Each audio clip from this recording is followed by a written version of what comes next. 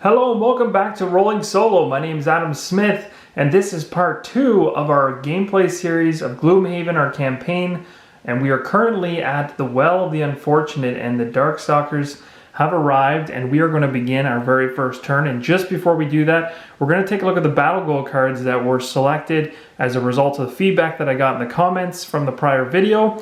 We had these two as our popular choices, so it looks like, and I actually agree with them, looking through this myself, I really agree with them. Number one, because with this particular one here for the Mind Thief, it says loot no money tokens or treasure overlay tiles during this scenario.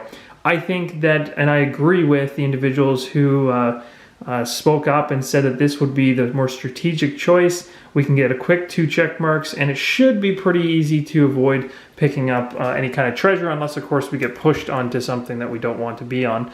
But I think that one's a good choice. And then this one here for the Scoundrel I think works out really well as well. And that is the Executioner card. It says kill an undamaged monster with a single attack during the scenario.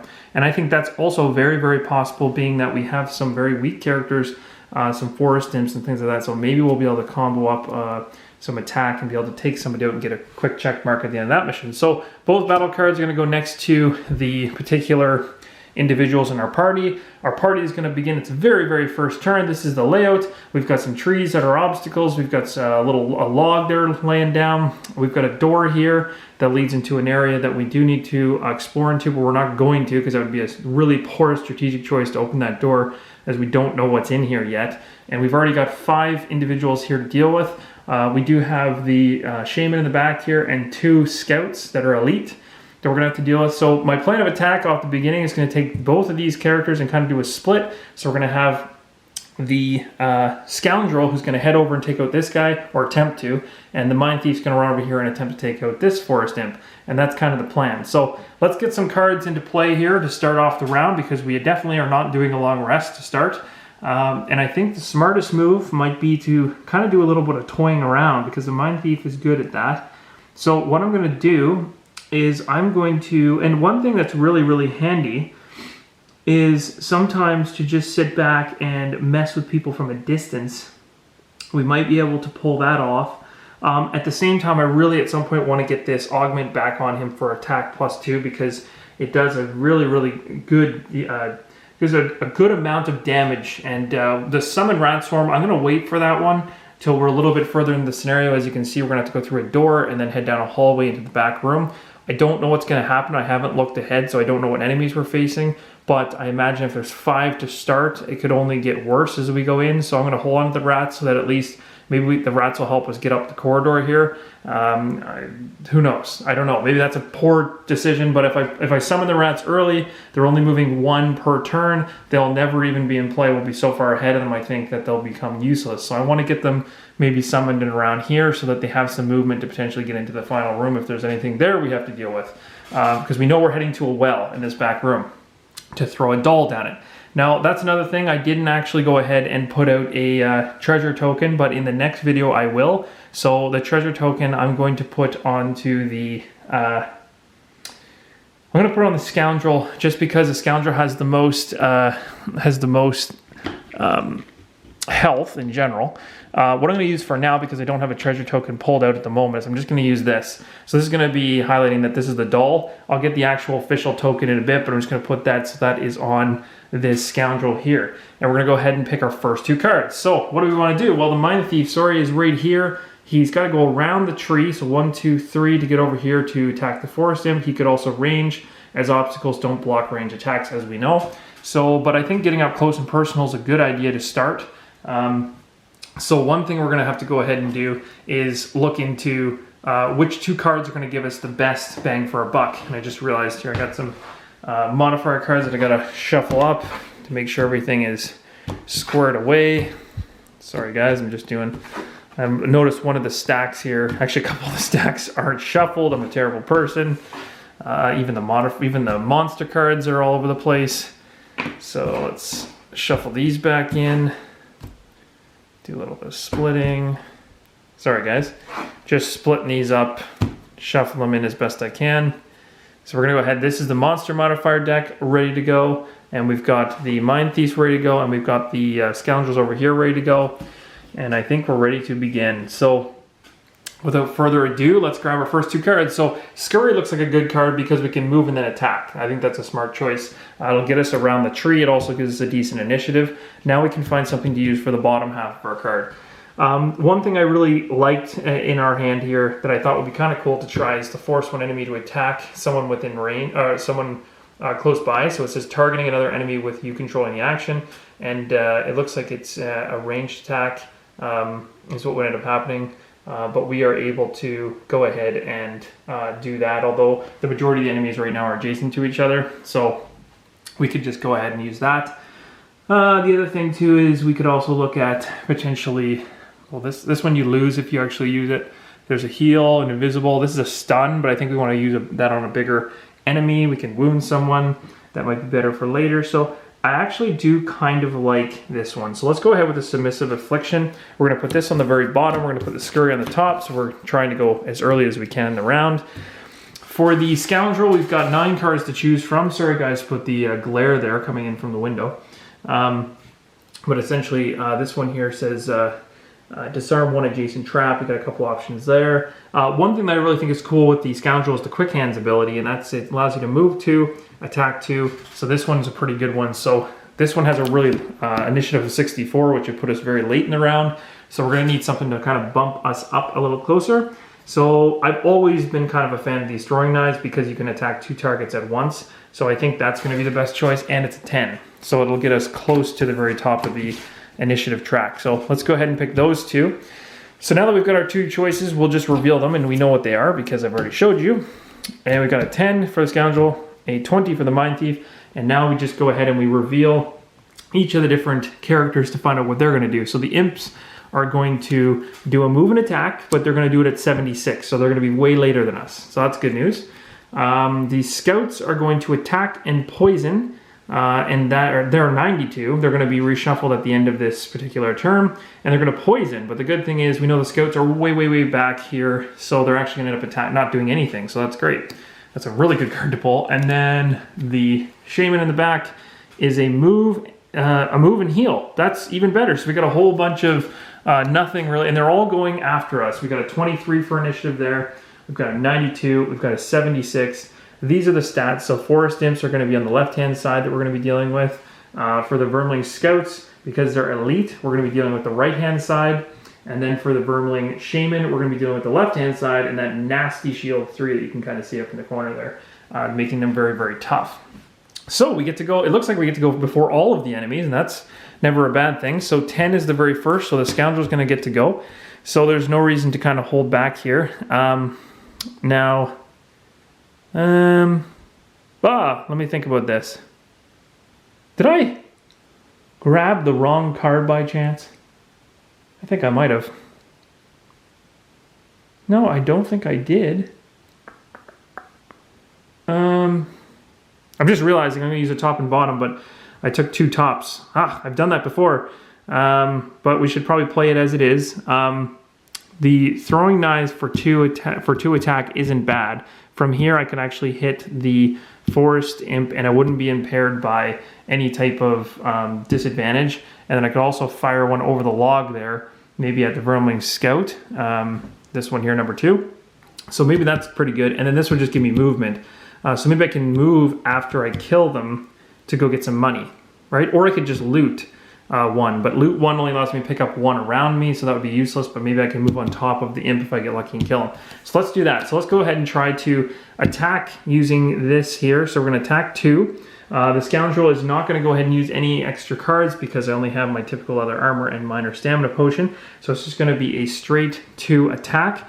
The Forest Imps have a shield, so they're going to soak up a little bit of damage. But they only have 2 life. So if we get ourselves a good pull on this modifier card, we might be able to take them out. In order to kill them outright and get our objective of killing a monster that's undamaged, which is the Execution or battle card we picked, we're going to need ourselves a 4, I believe, in order to kill. Because we need 3. No, sorry, 3 total is what we need. So that's actually not bad and very, very possible. So let's go ahead and pull the card and see what happens throwing our first knife. 0. Oh, too bad. So right off the top, it looked like we were going to get it, but we didn't. However, we do get 2 attack. So 2 attack damage is going to go against the Forest Imp there in the corner. So he's going to take the first 2 hits from our Scoundrel. And then this card here is we're going to activate it again for the second target. We're going to go after this guy here, the Elite character. So we know that they have a defense of 5, but no shields this time. So that's not too bad. And we're going to go ahead and pull a modifier card for this particular monster, or for this Scoundrel's attack. +1, there we go, I like seeing that. So we got ourselves 3 damage on him. So we're going to go ahead and grab 3 damage tokens. And we did hit the Scout. The Scout is number 2, so bam, half his health, or sorry, over half his health, because he's got 5, he's an Elite, has already been hit. So that's great news. So now that essentially covers this card. This card was used. It is not a lost card. There's no lost symbol because we use a top ability. The XP is there, so we got to make sure we take that. We're going to jump it up to 1. This card becomes discarded, and now we're going to move in the discard pile on the side of the Scoundrel's mat. And then we're going to go ahead and we're going to do, and we didn't end up killing him, so that's kind of the downside. We weren't able to actually knock him out, and we ended up using a card that's for looting, which is kind of too bad. I probably shouldn't have done that, but I could always get it back by using the stamina potion, which I don't know if it's a wise choice to do up front or not, but regardless, we can do a move 2 with this, or we can loot, and there's nothing to loot, so we might as well just move 2. I think it would make the most sense to just get close to the Imp, even though the Imp has already taken 2 damage, and oh, wait a minute.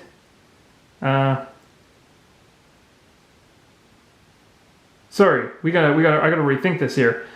The Forest Imp, okay, when we went, sorry guys, I already messed up the math on this. So when I did a throwing knife against the Forest Imp, I got an attack of 2, but and then my modifier was actually a 0. So I got a total attack of 2, but minus the 1 shield from the Forest Imp. So there's only 1 damage on him because he only has 2 health. He would have been dead. So I messed that up, but I caught it. So no worries. I know you guys are probably already feverishly typing into the comments, and that's good because I could have missed that and messed that up. But there was a shield there. We got to make sure we catch that. So we almost killed him, but not enough. Now we're going to have to go ahead and we can do our move. So like I said, I'm moving from here to here, and this card is discarded because I'm using it for its 2 move ability. So both these cards are gone now into the discard pile, and that turn is done. Now we're moving over to the Mind Thief. Mind Thief's got 2 cards. We knew we wanted to do a scurry and attack, and we wanted to get around the obstacle, around the tree. So we're going to go ahead and have the Mind Thief kind of book it around the tree here. He's going to head 1, 2, 3. He's coming around the corner, and he's going to try to maybe take on this Forest Imp without it knowing.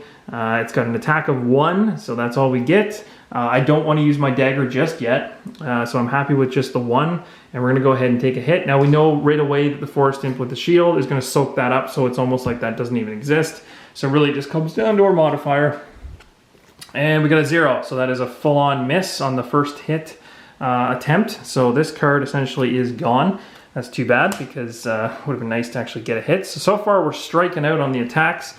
The very, very last card here says, force 1 enemy within range 5 to perform an attack 2, range 0, targeting another enemy you control, with you controlling the action, sorry. So essentially we're going to have the Mind Thief use his powers. We're going to turn around here, and he is going to focus on one of these guys over here. We're going to likely focus on somebody that is maybe adjacent. Maybe we can go after this guy. He's got a lot of shields, and actually, no, that's a poor decision because we know based on the cards we pulled that he's going to heal. So going after him would be a very, very poor choice. He would heal up, and that would be a waste. So let's go for the Vermling Scout. So we're going to have the Shaman take a shot at the Vermling Scout and see what we can do. Now, we could also choose, so it's range 5. So let's think about this. 1, 2, 3, 4. So he's within range. I could actually have him attack this character who we've already put 3 damage on, and maybe we'll be able to kill him. That's pretty cool. So let's have the Mind Thief try to finish off one of them, right? That's never a bad thing.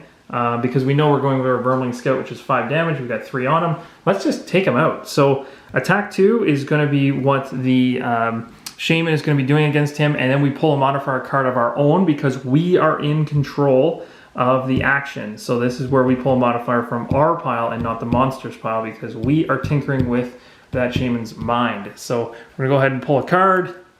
Worst. Are you kidding me? Do we have any luck going for us right now?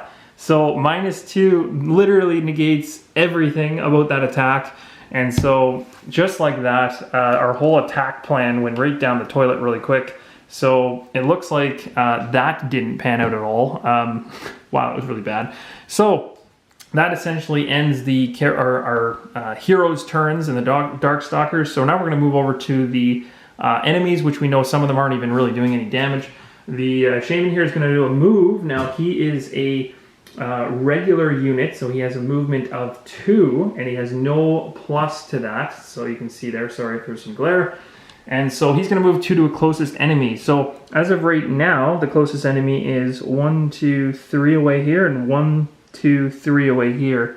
Now, sorry, he can't jump through obstacles like that, so he'd want to avoid and go around, but he can move through his own units. So he would go 1, 2, 3. So he could still make it in 3 movement to the Scoundrel, and he could go 1, 2, 3 and still be in 3 movement of the Mind Thief.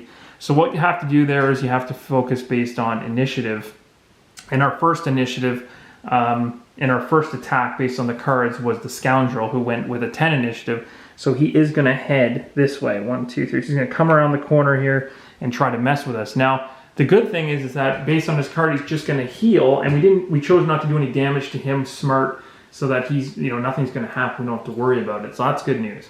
Now we can move down to the Forest Imps. The Forest Imps are going to move and they're going to attack. Well, in this case, their focused enemies are going to be our heroes adjacent to them, so no movement is going to happen or needed to make their best attack against us. But they are going to attack with a +1, and they do, for their attack, have 2. So they're already attacking us at a level 3.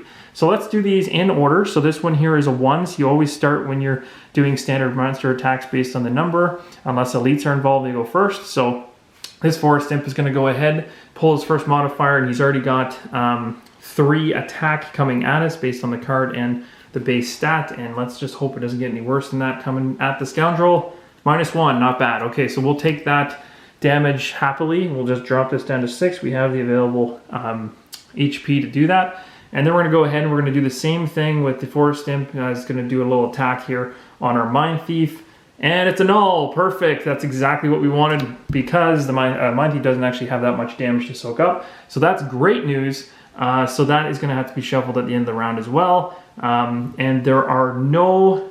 yeah, that's awesome. So we negated that entire attack. So now we just move to our very, very last individuals, and that's the Scouts. The Elite Scouts, that is. Both of them are going to attack and poison. Now, both of these characters are not ranged. You'll notice that in the bottom there, the last stat there. If they have range, they use range. That's how this game works. If they do not, they only use melee attacks.